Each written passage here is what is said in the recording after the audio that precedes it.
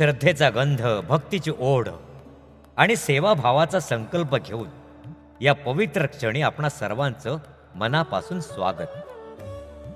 भाऊ प्रतिष्ठान आयोजित श्री दत्त पादुका पालखी परिक्रमा यावर्षी एक विशेष टप्पा गाठत आहे, कारण हे रौप्य महोत्सवी वर्ष म्हणून साजरे होत आहे.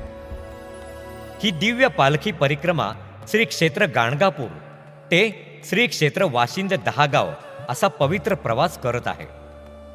आज आपण पोहोचलो आहोत तिसऱ्या टप्प्यातल्या 9व्या पवित्र मुक्कामावर. श्री दत्त मंदिर सोगाव, तालुका शहापूर, जिल्हा ठाणे. हे ठिकाण कणकेश्वर मंदिर टोकावडे इथून 10 किलोमीटर अंतरावर आहे.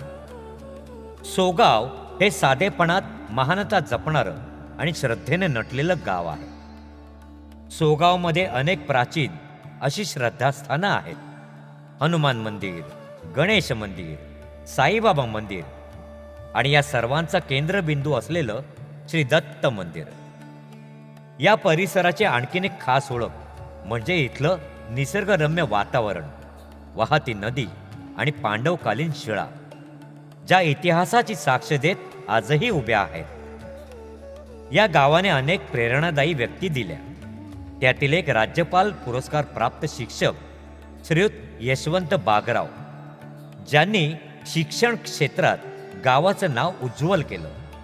तसंच श्रीयुत सीताराम बागराव, जे औपचारिक शिक्षण नसतानाही संपूर्ण तुकाराम गाथा आणि मानाचे श्लोक मुखोद्गत म्हणतात.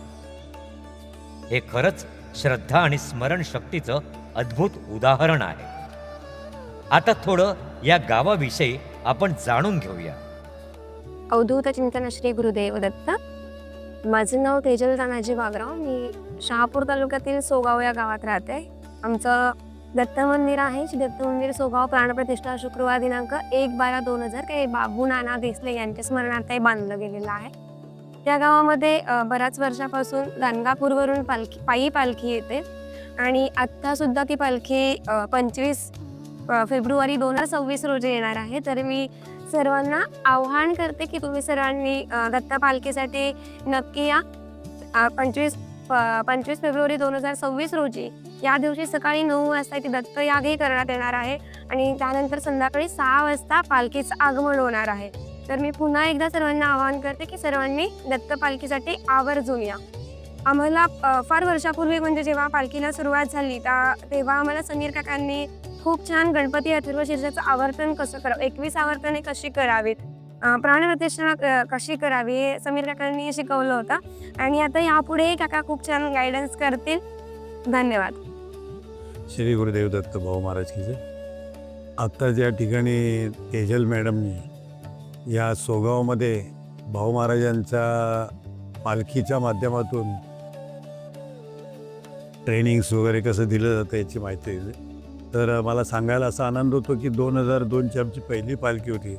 त्या पहिल्या पालखीच्या टप्प्यातलं हे एक आमचं पहिलं ठिकाण होतं सोगाव आणि आजही आमचं भाऊ महाराजांचं प्रतिमा या ठिकाणी पूजली जाते. ही आमच्या शिष्यवर्गाच्या मानाने ही अभिमानाची गोष्ट आहे.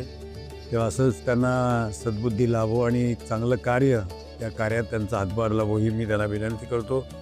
आज या रौप्य महोत्सवी वर्षानिमित्ताची पालखी आयोजित केलेली आहे भाऊ प्रतिष्ठानतर्फे.